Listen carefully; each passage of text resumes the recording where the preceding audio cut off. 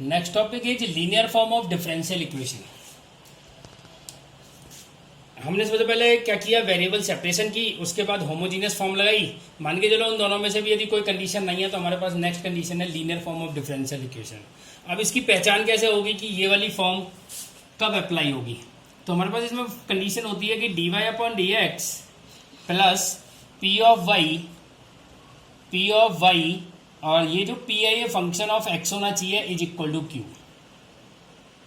या दूसरी कंडीशन होती है इसमें d x upon d y plus p of x और ये जो है ये वैल्यू क्या होना चाहिए, फंक्शन ऑफ वाई होना चाहिए और सिमिलरली ये भी फंक्शन ऑफ वाई होना चाहिए। तो ये क्या होना चाहिए, फंक्शन ऑफ एक्स क्यू। तो सबसे पहले क्या निकालते हैं हम, इंटीग्रल फैक्टर फाइंड आउट करते हैं, दैट इज ई की power p x into d x. तो required general form of differential equation is y into integral factor is equal to integration of integral factor into q into d x, दोनों की multiply करके और उसका हमें क्या करना है, इंटीग्रेशन करना है। सिमिलरली यहाँ पर integral factor is equal to e की power p of y into d y. Required यही same x into integral factor is equal to integral factor q into d y, q into d y. देखो इस concept के अंदर हमारी सबसे बढ़िया पहचान कि ये दोनों फंक्शन यदि x हैं तभी ये अप्लाई होगा, अदरवाइज ये अप्लाई नहीं होगा। उसके बाद integral factor p of integration, जो भी हमारे पास इंटीग्रल फैक्टर फाइंड आउट होगा वो यहाँ पुट अप करना है हमें। और इसमें केवल एक ही डिफरेंस है कि यहाँ पर जो x है वो y में चेंज हो जाएगा, y जो है वो x में चेंज हो जाएगा, बाकी कोई चेंज नहीं है। ठीक है, तो फॉर एग्जाम्पल एक सिंपल सा क्वेश्चन लेते हैं, d y upon d x is equal to minus y upon x is equal to x square.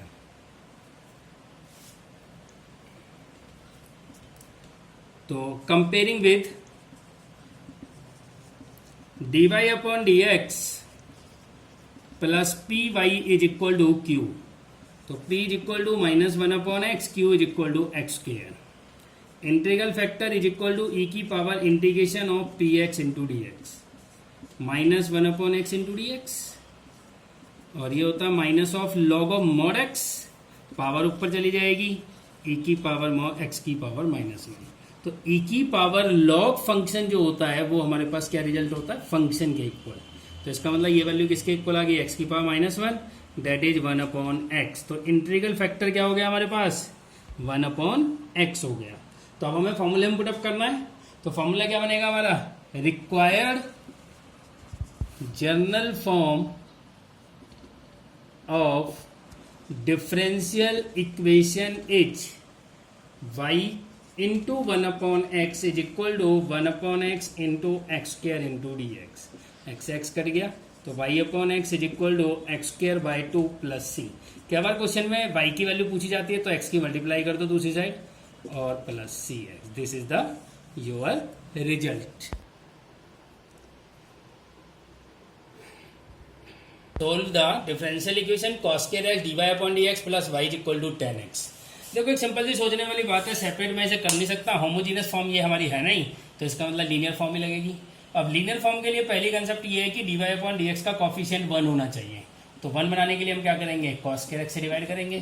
तो one plus one upon d y upon d x plus y upon cos square x is equal to ten x upon cos square x.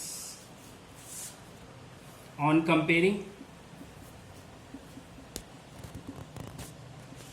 dy upon dx plus p y is equal to q. देखो यदि मैं y के साथ बात करूं तो ये वाला फंक्शन ऑफ x है और ये भी फंक्शन ऑफ x है, तो इसका मतलब ये फॉर्म आराम से अप्लाई करेंगे। तो इंटीग्रल फैक्टर क्या होता है, e की power p into d x. तो e की power integration one upon cos square x into d x. One upon cos square x क्या होता है, sex square x into d x. Sex square x का integration क्या होगा, ten x. तो ये क्या आ गया हमारा इंटीग्रल फैक्टर फाइंड आउट हो गया।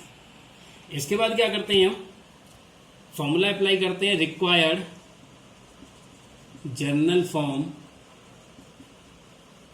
Of differential equation is, formula क्या है, y into integral factor is equal to integral factor into q into d x. तो y e की power 10x is equal to e की power 10x और q की value क्या है 10x upon cos square x. Cos square x क्या बन जाएगा सेक स्क्वायर एक्स। तो देखो यहाँ पर क्या करेंगे सब्सटीट्यूट करते हैं क्योंकि e के साथ फंक्शन है और उस फंक्शन को टी पुट अप कर देते हैं। Sec square x d x is equal to d t. तो ये वाला पार्ट क्या हो गया डी टी हो गया। तो e की power t into d t using by parts. तो t as it is e की पावर t का इंटीग्रेशन 1 e की पावर t का इंटीग्रेशन और दिस होल का इंटीग्रेशन करते हैं यहाँ पर हम। तो t इंटू ई की पावर t माइनस ई की पावर t प्लस सी। तो y is equal to e की power 10 inverse x। Substitute t is equal to 10x। तो 10x पुटअप कर देंगे और जो रिजल्ट आएगा वो तुम्हारा आंसर होगा। This is the required general form of the differential equation. Solve the differential equation x d y upon d x plus y minus x plus x y cot x is equal to 0। देखो separate ये variable हो नहीं सकता क्योंकि यहाँ पहली वो आ रही है वैल्यू हमारी ट्रिग्नोमेट्रिक फंक्शन। होमोजीनियस फॉर्म है ही नहीं, उसी भी कंडीशन है। तो तीसरी कंडीशन लीनियर फॉर्म ही बची, तो लीनियर फॉर्म के हिसाब से करते हैं। सबसे पहले क्या करते हैं दोनों में से इस पहले d y upon d x के कोफिशिएंट को 1 बनाते हैं। तो इसका मतलब क्या करें हम x से डिवाइड कर दें। तो y upon x minus 1 plus y cot x is equal to 0। अब जिसमें y कॉमन है y वाला पार्ट कॉमन ले लेते हैं। 1 upon x plus cot x into y और 1 को शिफ्ट कर देते हैं दूसरी side, that is equal to 1। On comparing dy upon d x plus p y is equal to q. ये भी देखो फंक्शन ऑफ x है और ये भी, क्योंकि x की पावर 0 लिख सकता हूं मैं से। तो सिंपल फॉर्मूला अप्लाई हो जाएगा integration of p into d x. Integral factor का फॉर्मूला लगा दिया 1 upon x plus cot x into d x. 1 upon x का इंटीग्रेशन क्या होता है लॉग ऑफ एक्स और इसका क्या होता है log of sine x. Log m plus log n क्या होता है log m n x sine x. तो वैल्यू क्या आ गई एक्स साइन एक्स। ये हो गया हमारा इंटीग्रल फैक्टर। ठीक है जी। अब क्या है हमारे पास required general form of differential equation is. तो यहाँ क्या करेंगे हम फॉर्मूला अप्लाई करेंगे। फॉर्मूला क्या होता है y into integral factor is equal to integral factor into q into d x. तो y into x sine x is equal to x sine x 1 into d x. I let simple x as it is. Integration of sine x क्या होता है minus cos x minus differentiate of x और cos x sine x का integration minus cos x. अब इस whole का integration वो करना है मुझे minus x cos x plus cos x का साइन एक्स प्लस सी और ये हो गया एक्स वाई साइन एक्स।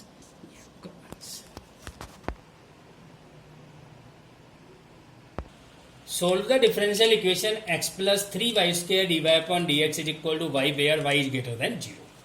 तो पहले कंसेप्ट था कि d y upon d x का कॉफिशिएंट 1 होना चाहिए, तो इसलिए उस वैल्यू से क्या करेंगे हम डिवाइड कर देंगे। तो y upon x plus 3y square.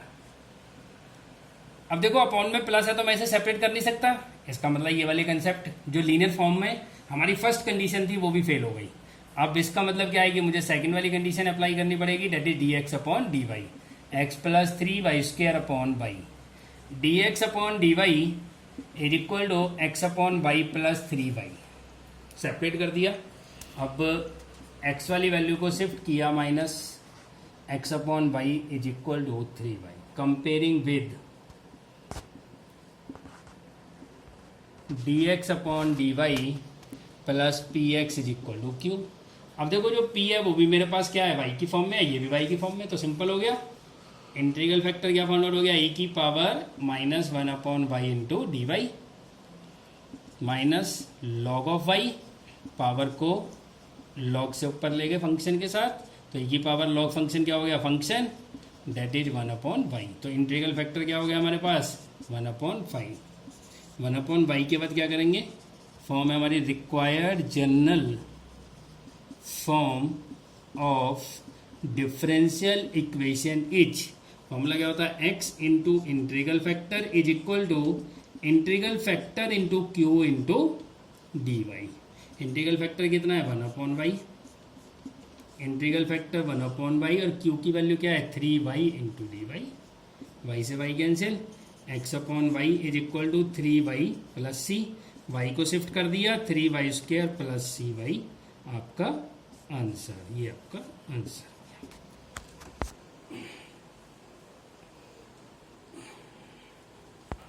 Solve the differential equation dy upon dx is equal to x minus y plus 1 upon x minus y minus 1।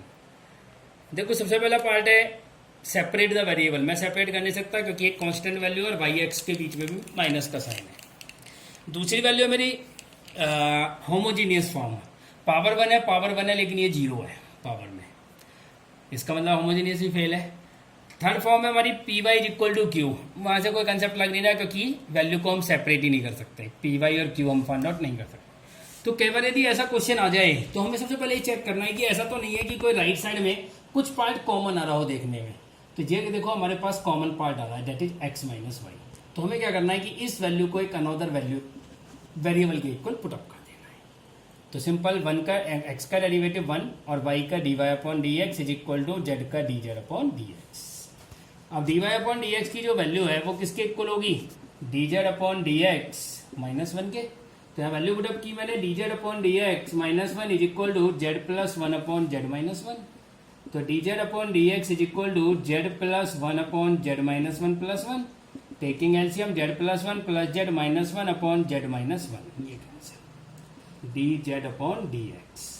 अब देखो सिंपल, क्योंकि ये वैल्यू क्या बन गई 2z upon z minus 1 D z upon d x. अब separate कर सकता हूँ आराम से, तो सेपरेट द वेरिएबल्स। सबको इस फॉर्म में चेंज करने के लिए हम सिंपल सी मेथड अप्लाई करते हैं, और जेड डी जेड और ये 2dx क्या करें सेपरेट कर दें 1 upon z minus 1 minus 1 upon z into g z equal to 2x plus c. 1 का इंडिकेशन क्या होगा जेड होगा, 1 अपॉन जेड का क्या होगा लॉग ऑफ मॉड जेड होगा, और 2x प्लस सी। जेड की वैल्यू क्या है मेरे पास, क्या लेट करी थी मैंने x minus y that is x minus y minus of log mod में x minus y is equal to 2x plus c. ये आपका आंसर होगा। डिफरेंशियल इक्वेशन के क्वेश्चन को सिंप्लीफाई करते हैं। क्वेश्चन में सिंपल सोल्व द डिफरेंशियल आएगा लिखा हुआ, solve the differential equation. Concept हमें खुद देखना होगा कि हम सेपरेट द वेरिएबल अप्लाई करें, होमोजीनियस फॉर्म अप्लाई करें, लीनियर फॉर्म ऑफ डिफरेंशियल या ये स्पेशल फॉर्म अप्लाई करें।